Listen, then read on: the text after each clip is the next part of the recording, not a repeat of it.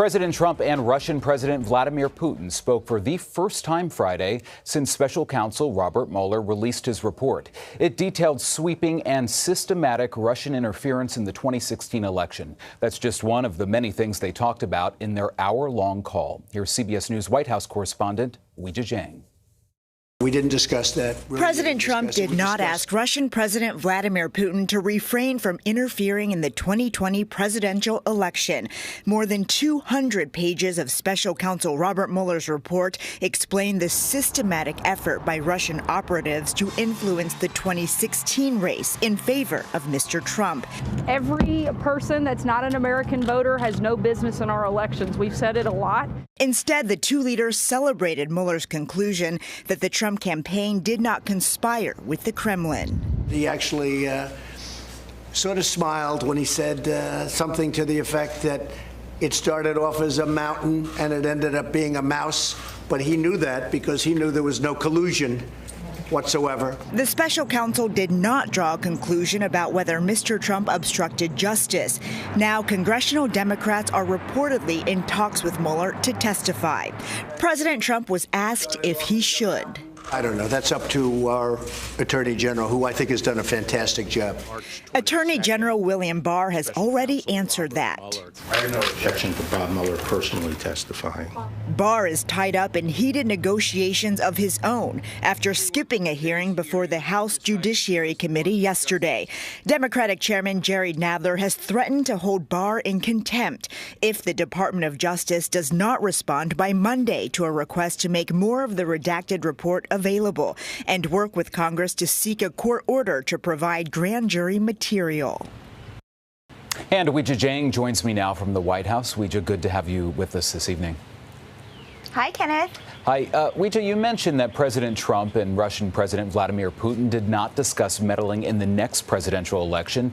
Is Russian meddling not a concern in the White House as 2020 nears?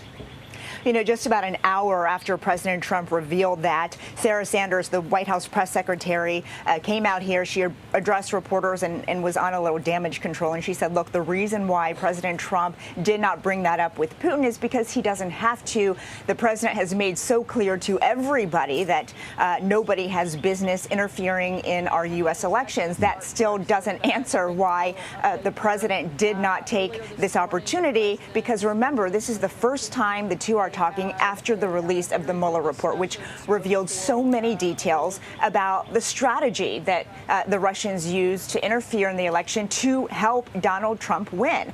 And so, you know, in order to really stand up for the integrity of our U.S. election systems, people want to know why he didn't say, hey, we have an election coming up in 2020. Don't do that.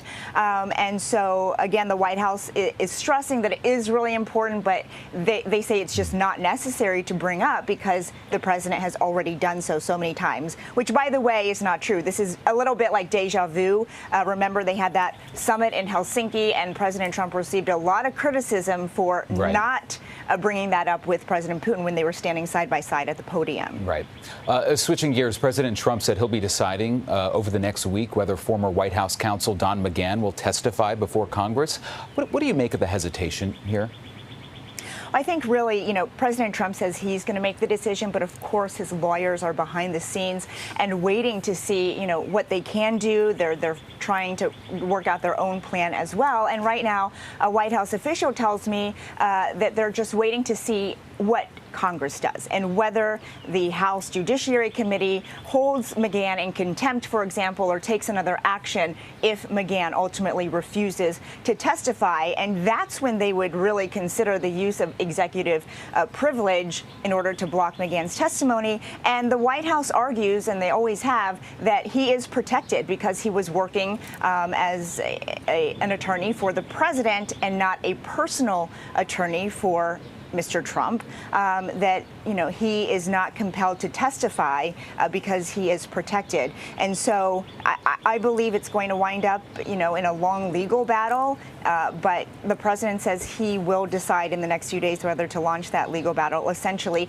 But by the way, just last night during a different interview on cable news, he said, I don't think I will allow McGahn to testify. So he sort of hinted where he's going with that, although he did not commit today. The situation in Venezuela obviously been a major concern over the last couple of days. President Trump has said that Putin is not looking to get involved in the Venezuela situation, but rather wants to, quote, see something positive for the country. What do you make of this, given Russia's support for Venezuela's president, Nicolas Maduro, and Pompeo's reassurance that all options are on the table? Right. Well, this was, first, it was a departure from his top advisors, and that's what was so startling to begin with, because both Secretary Pompeo as well as National Security Advisor John Bolton have slammed Russia for their role, for what they believe is Russia's role in what's unfolding in Venezuela. And so to hear President Trump come out and say, actually, Putin says he wants a positive outcome, again, begs the question, why are you just taking Putin at his word when your top advisors are pointing to the aid that Russia is giving the Maduro regime to continue this crisis there. And so Sarah Sanders, again, was pressed about this, and she said, the president was simply relaying what Putin told him over the phone.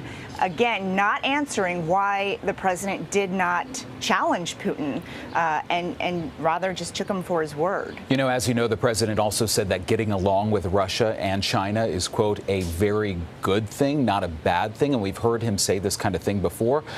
Why is that important to him to characterize it that way? And why are these relations so important to him?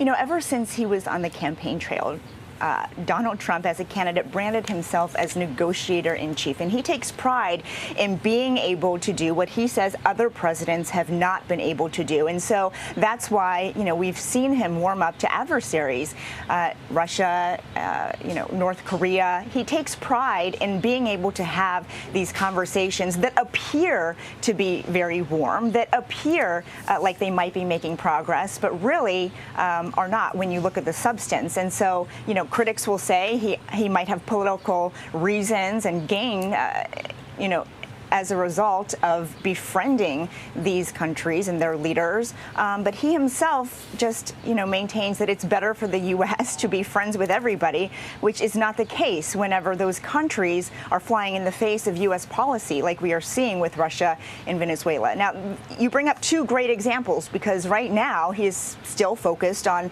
trying to denuclearize North Korea. It appears those talks are at a standstill, and so he continues to pressure China and Russia because he needs their help, frankly, if he's going to make any headway there. All right, we'll leave it there. Weijia Jiang at the White House. Weijia, great to see you, and thank you for being with us.